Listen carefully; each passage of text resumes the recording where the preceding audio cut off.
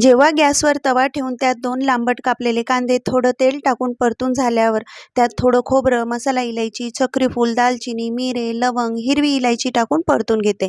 मग 10-12 लसूण पाकळ्या टाकल्यानंतर 4-5 मिनिटं परतून झाल्यावर प्लेटमध्ये काढायचं. यात कोथिंबीरीची देठ आणि आलं टाकून वाटून घेतलं.